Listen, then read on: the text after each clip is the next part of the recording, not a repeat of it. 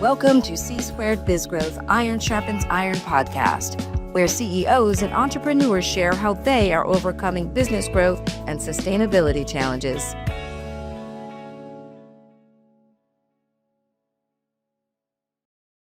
Welcome. I am your host, John Hale III, and today we are honored to have April Lewis as our guest. April is the CEO and founder of A. Lewis Academy, Inc. and the Workwell program. I am a proud civilian of our country, and April, we want to thank you for your service. Thank you so much for your support. Yes, for sure.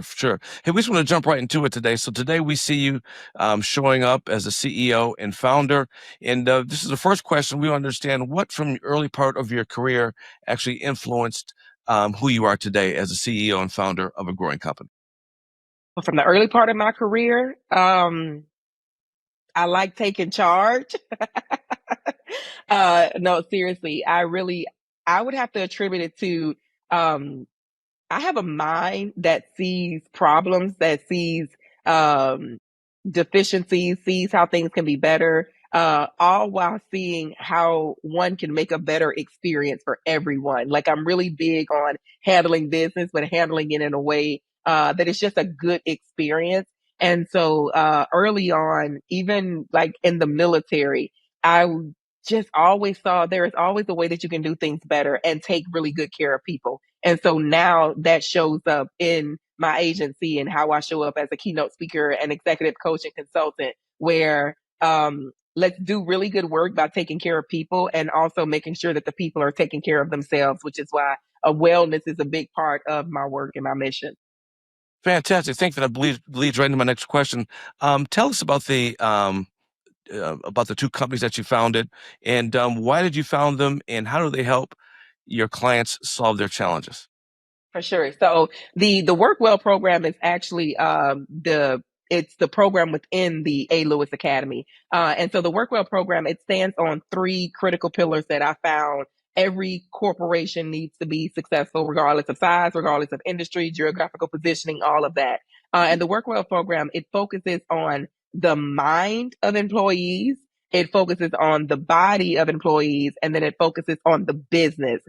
I am sure in your career, you've met with leaders who have come with complaints about, oh, we got breakdown in communication. Our people are working in silos. One department doesn't talk to the next. One location doesn't talk to the next. And there's all these disconnects. And that's the business side of it. And as I led companies and worked in companies and even in the military, I realized a common theme is that people like to start with the end of the issue, which is often like the byproduct, versus the genesis of it. Like, where is this actually stemming from? In project management, you call that root cause analysis, right? And so I realized, like, if people aren't communicating well, if they aren't really collaborating, if you have a toxic workplace culture, that's an output of something. So I peeled it back to say people's mindset isn't even one of a collaborative work environment, of being a member of a team, of wanting to lead well, communicate well, and serve well, internally and externally. And if the mind isn't right, then that means you're not going to have the outcomes that any leader wants. And so I realized, like, we got to spend some time getting people to have the right mindset. You need mindset and skill set to be successful. And so the Workwell program starts on the mind, making sure that you are thinking about what you're thinking about. It's not positive thinking. It's not toxic positivity, but it's really being mindful of what's actually going on inside of your head. Do you go into the workplace optimistic about the day? Do you realize that the people you work with are humans and they deserve respect and to be treated fairly and justly? So that's the first piece of it. And the second part is the body. Our body is our temple. It's our vehicle that we go into the workplace with.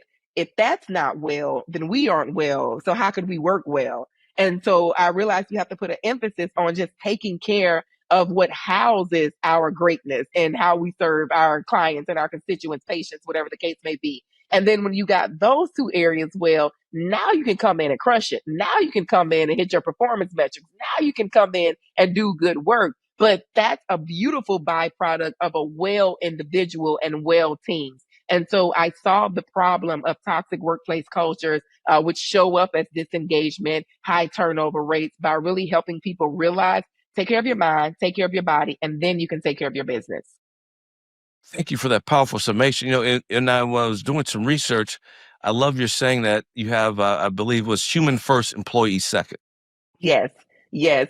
So that was inspired by the great philosopher Abraham Maslow, or psychologist actually, which everyone knows, Maslow's hierarchy of needs. And it's a triangle that shows, regardless of who you are, where you're from, race, gender, ethnicity, socioeconomic status, none of that, humans have essentially the same needs. Foundationally, we need to be provided for. We need shelter. We need safety. And then we go up to the triangle to where we need belonging. We need to have access to resources so we can be okay to get to our peak. We often hear the term peak performer, and that comes from Maslow's work. Like the peak, he describes it as self-actualization. And that's when what you're doing is aligned with who you are. So there's congruence in what you're thinking about, the person that you are, your identity, and whatever you're producing with your hands. That's the peak we want to get to. And so again, I like to get to the beginning of it so we can get it right from the onset. If you take care of people as humans, making sure they're in a healthy work environment, they have access to the resources that they need. Again, people are getting treated fairly and justly and equitably. They have a reasonable compensation that aligns with the environment that they live in. If you take care of them as a human, do no harm, be kind, compassionate, treat people like they want to be treated. All the things we learned in kindergarten. If you focus on the human first, it makes it easier to lead them as employees. So human first, employees second, is to be mindful that you aren't leading a robot. You aren't leading a widget and it's addicted to chat GPT as some of us are. You aren't leading a coded system. You're leading a being with a spirit and a soul and needs and suffering and joys and challenges and all of that, who is then an employee. So foundationally, take care of your people and they'll do good work. Fantastic. So it really sounds like basic dignity, and we'll jump in this a little bit later, about what CEOs and leaderships of companies can learn in terms that are focused on the outcome, be it profits, revenue, sales, etc. You Yes. got to have the human being first. Yes, All absolutely. right. Profit, revenue, sales, all of that is enhanced when these foundational things are taken care of. Your productivity is going to tank if your people are calling out because they don't feel well. Your productivity is going to tank if people work in an environment where they don't feel safe and seen. So you can't ignore that and focus on these KPI and metrics and getting things done. I'm sorry, how we use those acronyms and blah, blah, blah. Yes. So you got to take care of your people. And your people have to take care of themselves. So there's ownership, and it's not, and I also want to be clear with that. I am not the person to be like, leaders, you should put employee well-being over profit. No, you should put them together. Employee well-being, I describe it as the connective tissue of any organization. It's what's woven throughout the different systems. It's just like the connective tissue in our body. We have a respiratory system, the immune system, a skeletal system, but we have this connective tissue that keeps everything in place and it helps everything work well together. The same is true for the state of your employees' health. So it's not that you should, build a yoga studio or gym inside of it, but you should make part of your culture align with saying, I want you to take care of yourself. I'm going to ensure that we have resources available. And I want you to hear it come out of my mouth. Say, if you are burning out or if you're exhausted or your stress isn't being managed well, go to your supervisor so you can breathe and then come back and keep building.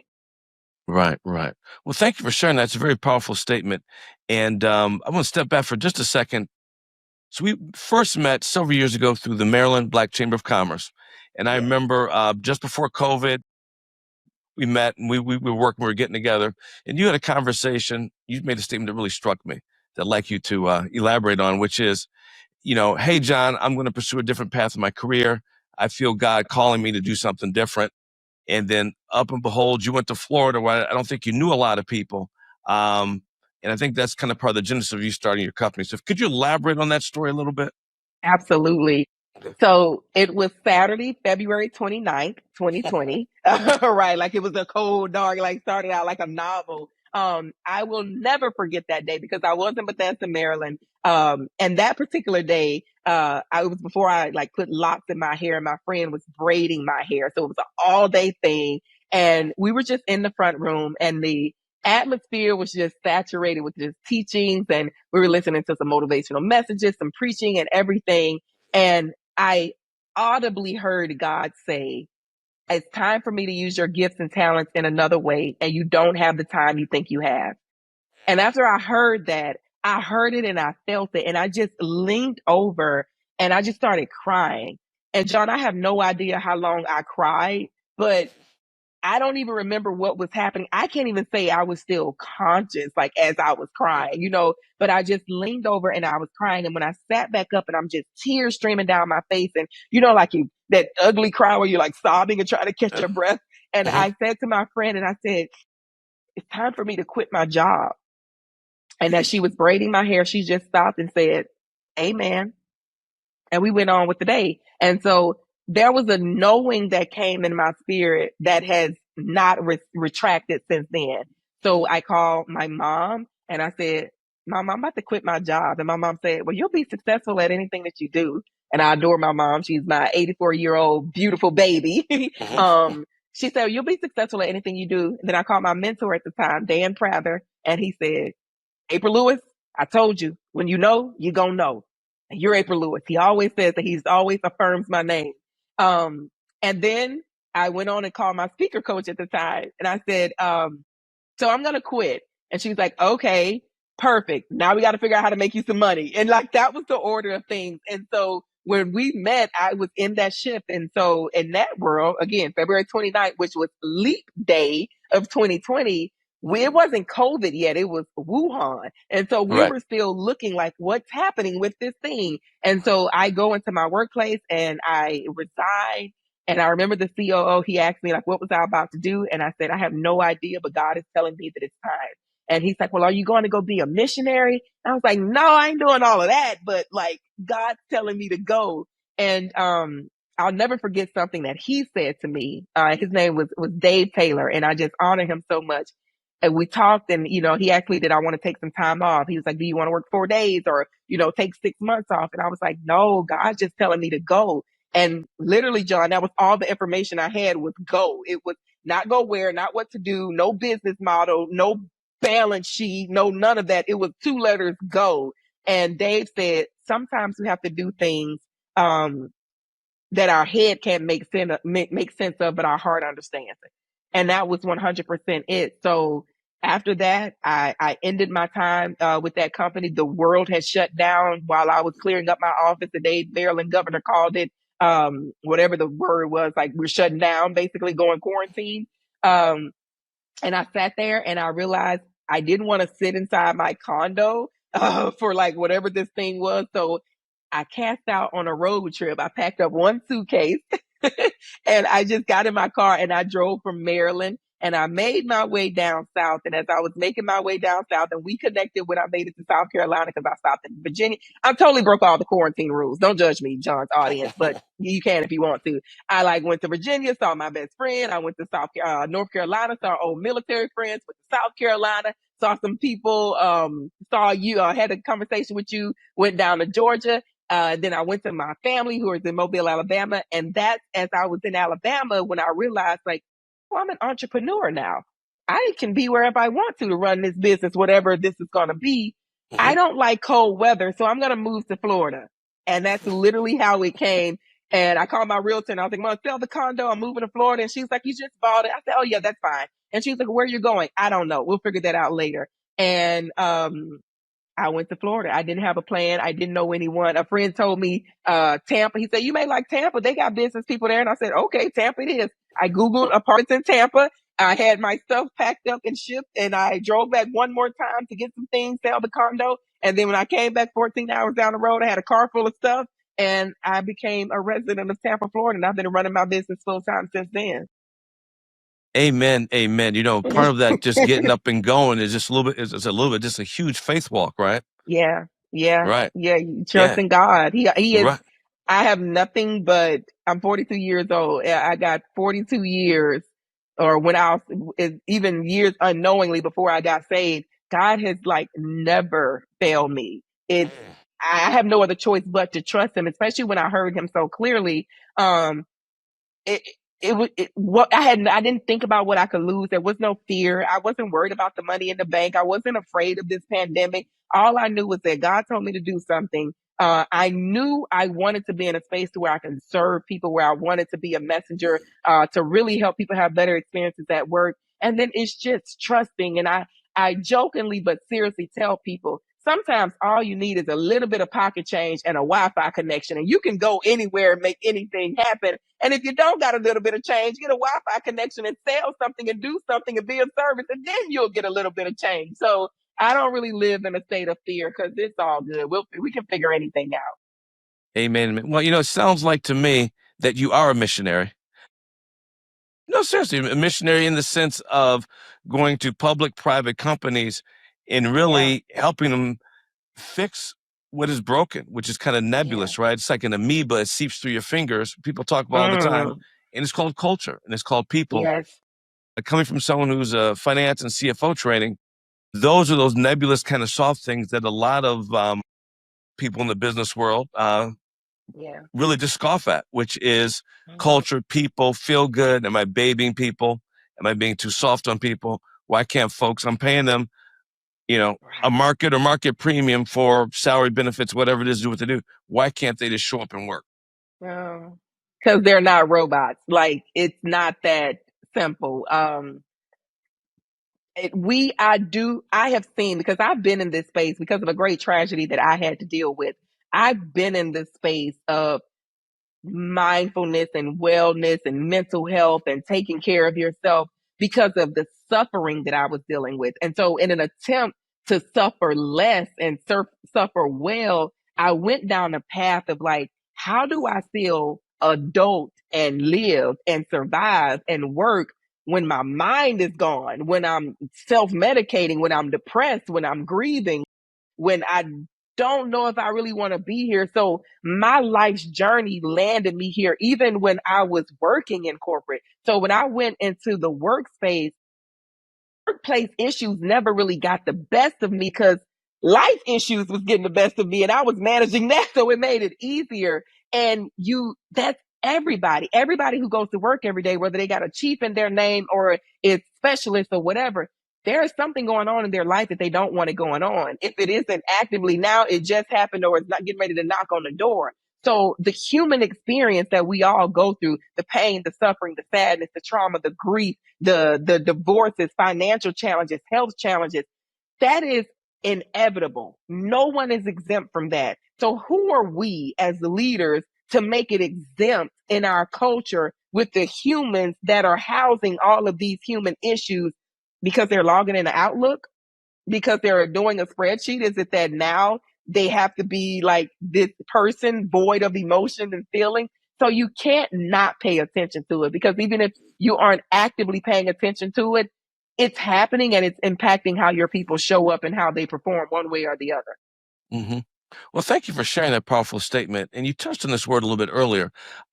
We've talked about the leadership of organizations. What's the accountability factor that me as an employee, I show up, I'm going through financial stress, maybe a spouse got laid off, maybe I have an illness, someone close to me has passed away, a relative or close friend, I'm grieving. I bring all that in, but what is still my responsibility? What's the accountability for me to, I guess, get well or be able to work on these issues? Mm-hmm. I love that you said that. And in my message, in my keynote, in my content, in how I support people, I named each one of my domains this: mind your mind, mind your body, and mind your business.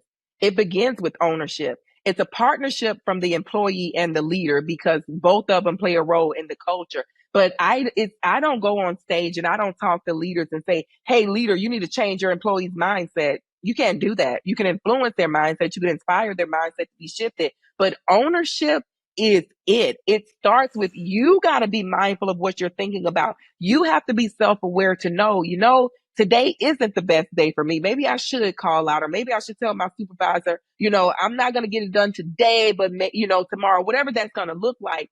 Ownership is it. It's no one gets a pass because of life. We would be passing all day long. If I got a pass, I would have done this podcast, because just before this call, I'm crying my eyes out, trying to hold on to my makeup with my executive coach, because I have a friend that's dying from stage 4 terminal breast cancer. And I just felt it, like I was dealing with it for 4 years, and now I just felt it, because we're Yeah. at it hit me in a different way, because now she's at the last resort treatment. So although we've been friends for almost 5 years now, just yesterday it hit me in a different type of way. And before talking to you, I'm crying. The tissue's still sitting right here.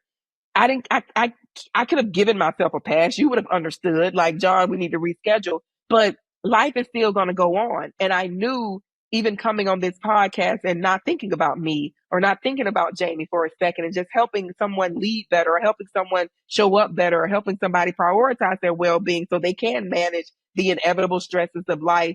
That blesses me, and that makes me feel better. So there are no passes. The ownership is there. We all have to mind our mind our body, and then mind our business. Fancy, thank you for sharing that powerful statement. When you arrived in Florida, tell us about April Lewis, aprillewis.com, and tell us about how you started this remarkable journey. I know that we have been in, conversation throughout, back and forth, but to share with our audience, how do you decide what you want to do? How do you start getting your customers or Oh, clients? yeah. Well, it's interesting. So I have been speaking. I started speaking in 2014. That was the first time I took the stage. And I was living in Columbia, South Carolina, and my very first payment was free lunch. So I was in the speaker where most speakers start out, you're not making any money, you're not getting anything. And most of us get a chicken lunch or dinner for our service. So, and it's so interesting. Again, my first gig in 2014, it was to the Women to Women's Entrepreneurship Association, and the executive director of that association, she just saw me on Facebook and liked what she was saying. Now, let's be clear, I was not building a brand, building a business. I was just doing me, showing up on social media. And she was like, I want you to come talk to my association. And I'm like, okay, bet. I was 3 days post-op from my second knee surgery. Shout out to the basketball and the military for my knees, right? So I'm literally doing my first gig in 2014, stitches in my knee. I only had the crutches behind me so I could stand up, and I'm delivering this speech. That was where it started. And John, God is so good. My business has been word of mouth and referrals since then, and we are in July 2025. One of my speaker coaches says, the more you speak, the more you speak. So that has been it, me showing up, me doing what I do, people hearing my message. I am present and active on social media. It's just the word just gets spread. And so that was in the background, even as I was working in South Carolina. And when I went up to take the gig in DC, part of my acceptance, I let Dave, the CEO who I talked to on my way out the door, I told him, I was like, hey, I'm an entrepreneur. I do speaking engagements. So I'm accepting this job contingent upon the fact that I will be leaving to speak sometimes.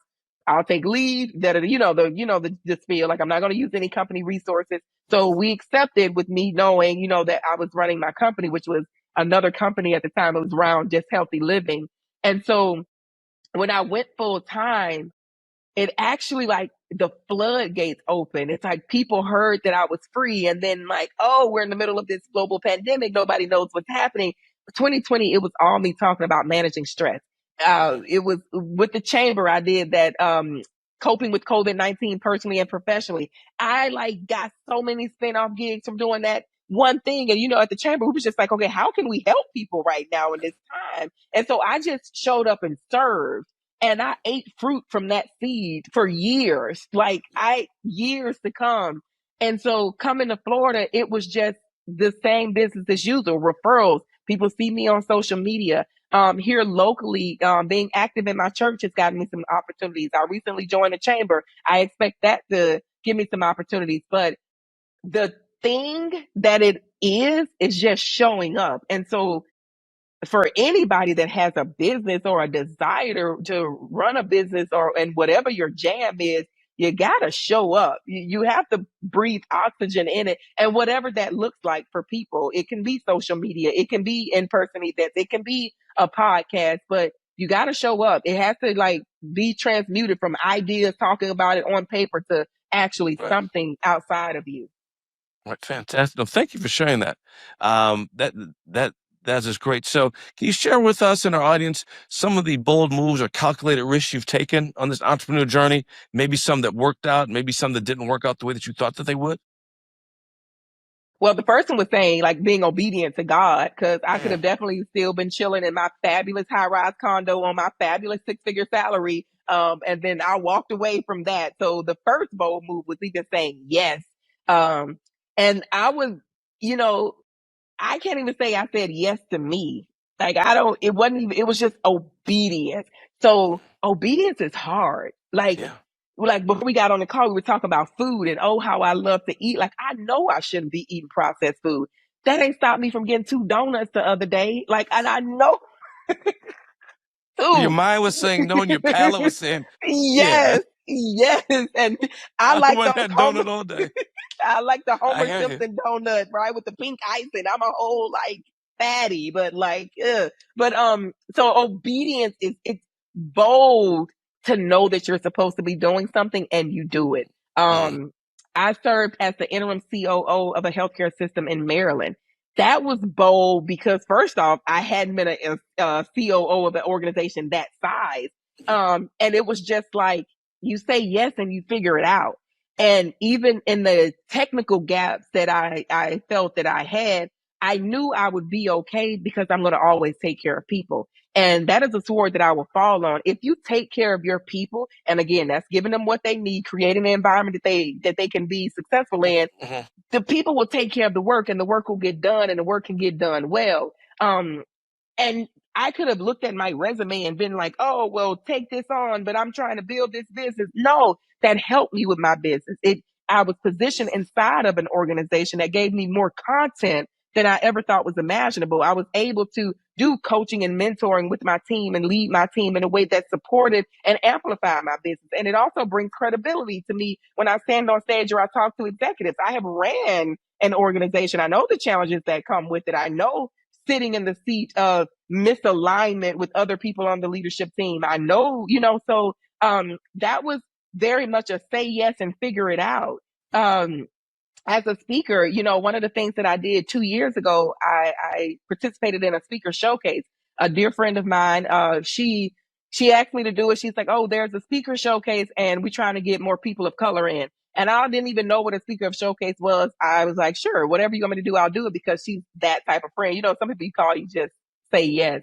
And once I realized what I said yes to, I almost threw up because it was an audition in front of meeting planners. So it literally is, it was 10 minutes that you take your best keynote, condense it. Now, keynote is what, 45 to 60 minutes, typically 60. You condense it to 10 minutes and you speak in front of 200 plus meeting planners. I had no idea why I decided to do that. I've never auditioned before and I'm already speaking. And once I got over the mild panic attack I had, I just said, okay. John, I was nervous the whole way through. I felt I was practicing and I tried to write out the speech and I just couldn't, my brain was like, I don't know what to do. And as I sat there, mic'd up, ready to go on stage next, I was reminded, April, this is what you do. This is who you are. Just give them people who you are and tell them what you do and how they can help their clients be empowered to take care of their people. And I completely released the anxiety, the worry, the memorization that I had. And I just stood on stage and I just showed up. And that following year was my most booked year ever. And now sitting in July of 2025, still from that showcase, I've surpassed, well, let me be clear, almost about, I'm a little under $20,000, almost surpassed my whole 2024 revenue. And it's the halfway year mark of the year because I showed up. Entrepreneurship is taking risks, showing up. You may need to go in the bathroom and throw up, fix your lipstick or your chapstick or whatever, come back and just get it done.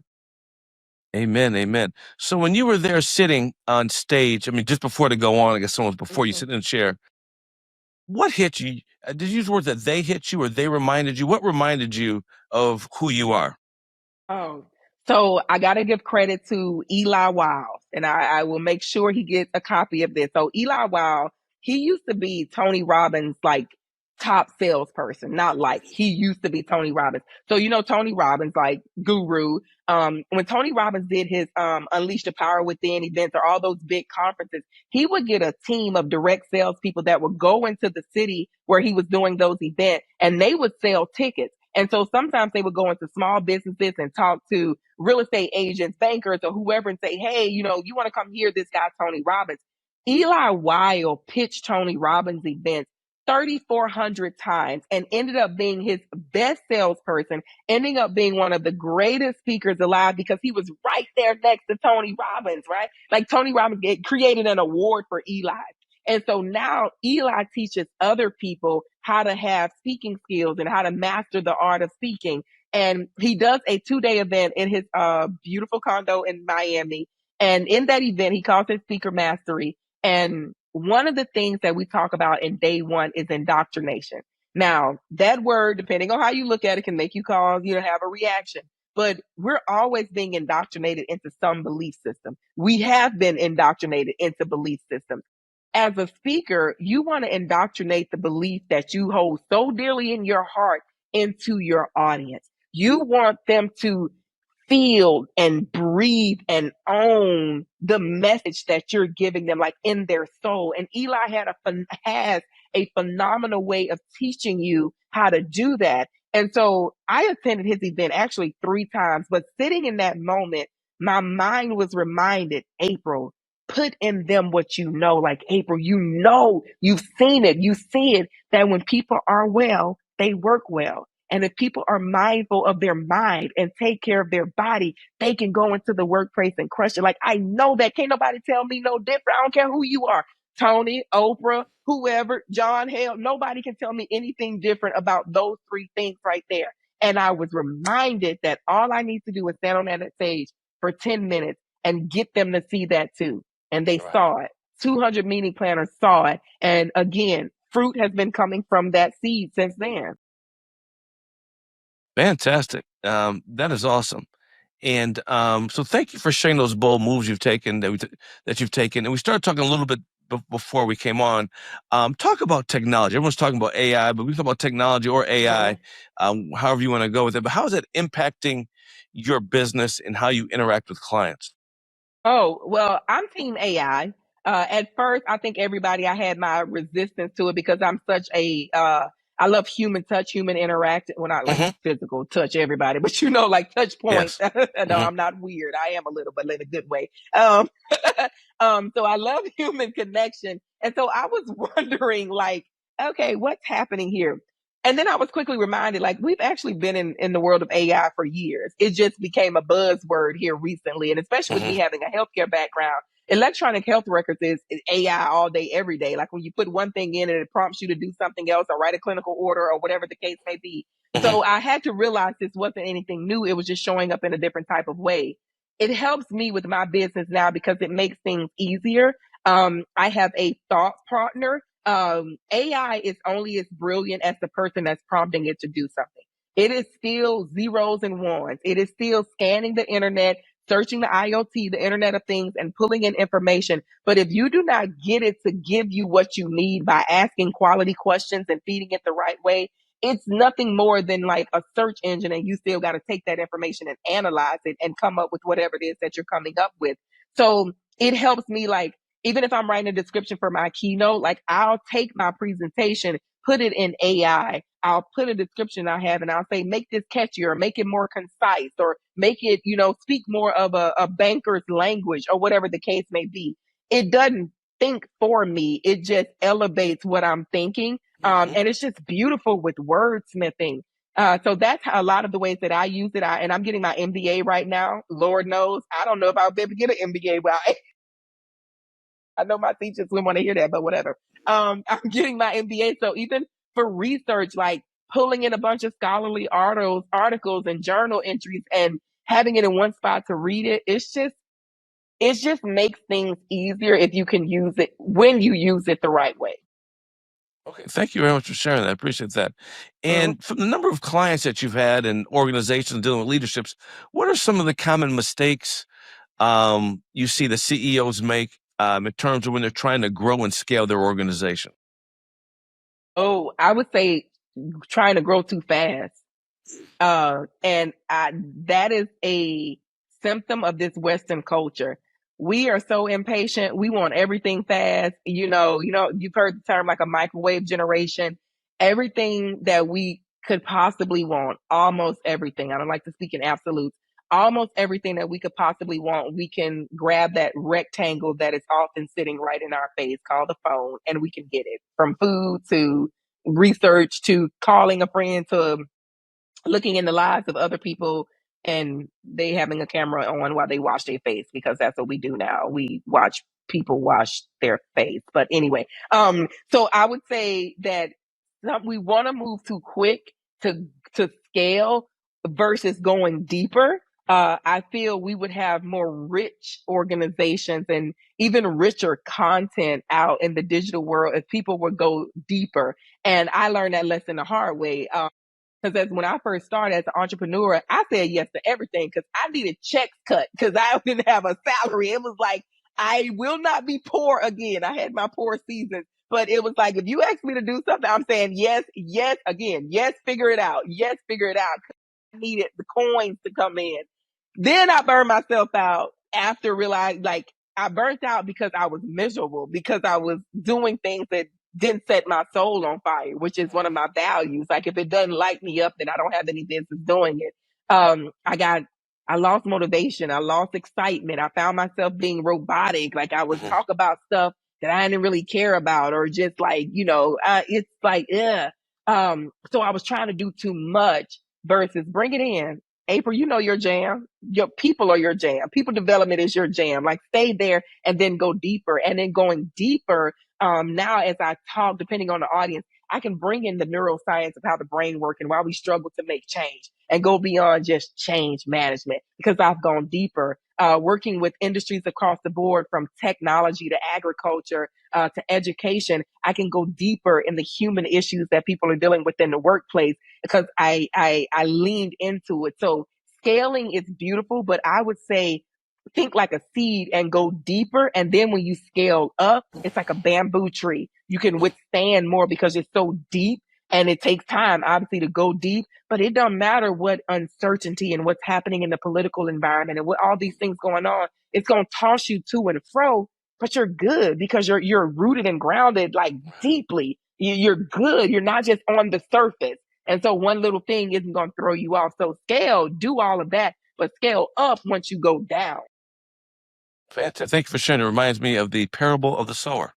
Hmm.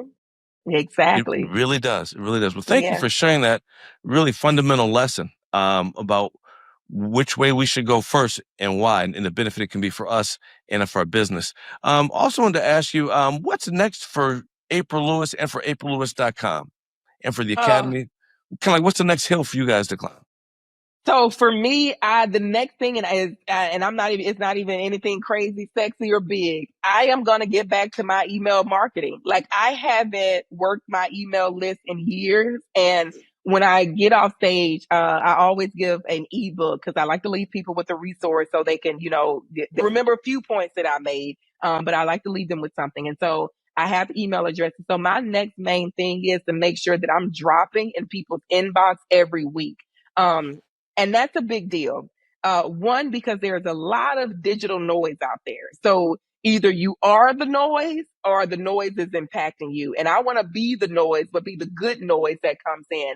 And two, I really want to continuously, like, serve my clients. I want to nurture them. I don't want it to be, oh, we had this short-term contract and I work with your team on this, or we did this 60-minute keynote and that crushed it and that was it. Like, no, I want to help you. And so for me to really, really help people, I have to stay connected to them. So what's next for me is just really getting connected to people that whom I've served before, who I will serve, and just we'll see where it goes. But that's next, just really blowing up the email marketing.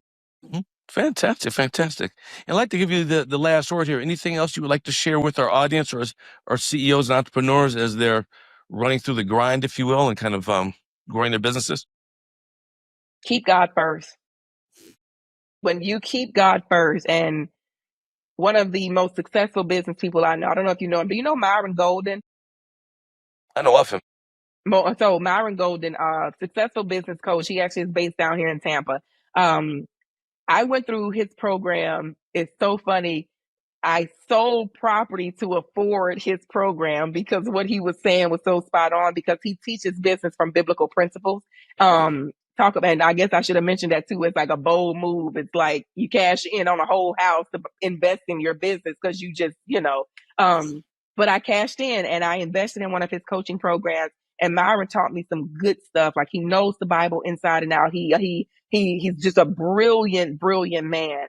And we had an in-person 2-day event here in Clearwater, Florida. And during that event, he recorded a podcast. And so we got to be there live while he was recording it. And so he created space for us to do a Q&A and come up and ask a question. Now, me being the person I am, I'm always going to ask questions. I love learning from brilliant people. And I was thinking about, what can I ask Myron? I'm in his program. I got his content. I've read his books. What is it that I really want to know? And I just emptied my thoughts, and I was like, oh, okay, got it. And I got to the front of the line, John, and I said, Myron, you're successful. You got content all over YouTube. You've written 2 books. You got people pay $200,000+ to spend a VIP day with you. Let's say God took all of that away. And let's say that God said, I'm going to call you up now, and you can leave my people one thing. You can't leave them any books. You can't leave them content. Everything is going to go up with you, but you can leave them one thing. And I said, Myron, what would be that one thing you would leave us? And the whole audience was like, whew. And even Myron, he's like, who? And Myron said, Matthew 6:33, but seek ye first the kingdom of God and its righteousness, and all these things will be added to you. I let that sink in. I heard it through my logical brain, and years later, I experienced it in my business. Years later, I experienced it in my life, where if we truly seek first the kingdom of God, truly surrendering our businesses to God, surrender your gifts and talents to God, surrender your goals, your business plan, give it to God and say, God, your will be done. God, use me as a vessel. God, let me be a blessing to your people. God, I don't know what I'm doing, but I know I want to serve. All these things will be added to you. And all things have been added to me. And I feel like I'm just at the surface, but I give God all the glory because this is his. I am just his willing vessel. I am just his hands on earth to help people get through this thing called life, especially in the workplace. So That's what I leave people with. God first, everything else second. First. Well, thank you very much, April. It's been great catching up with you again. Yes. And I'll have to get down to Tampa to see you. I think you invited me down at one point. Yeah, you had to come on down. The invitation is still open. All right. And we want to thank our audience. Thank you for joining us today on C2 Biz Growth Iron Sharpens Iron podcast. You can find us on YouTube, Apple Podcasts, LinkedIn, Spotify, the Cornerstone Group, and other locations. We invite you to listen, subscribe, and share. See you next time. Thank you. Bye, everybody. Thank you for listening to the C2 Biz Growth Iron Sharpens Iron podcast. And check us out on social media, share, and subscribe.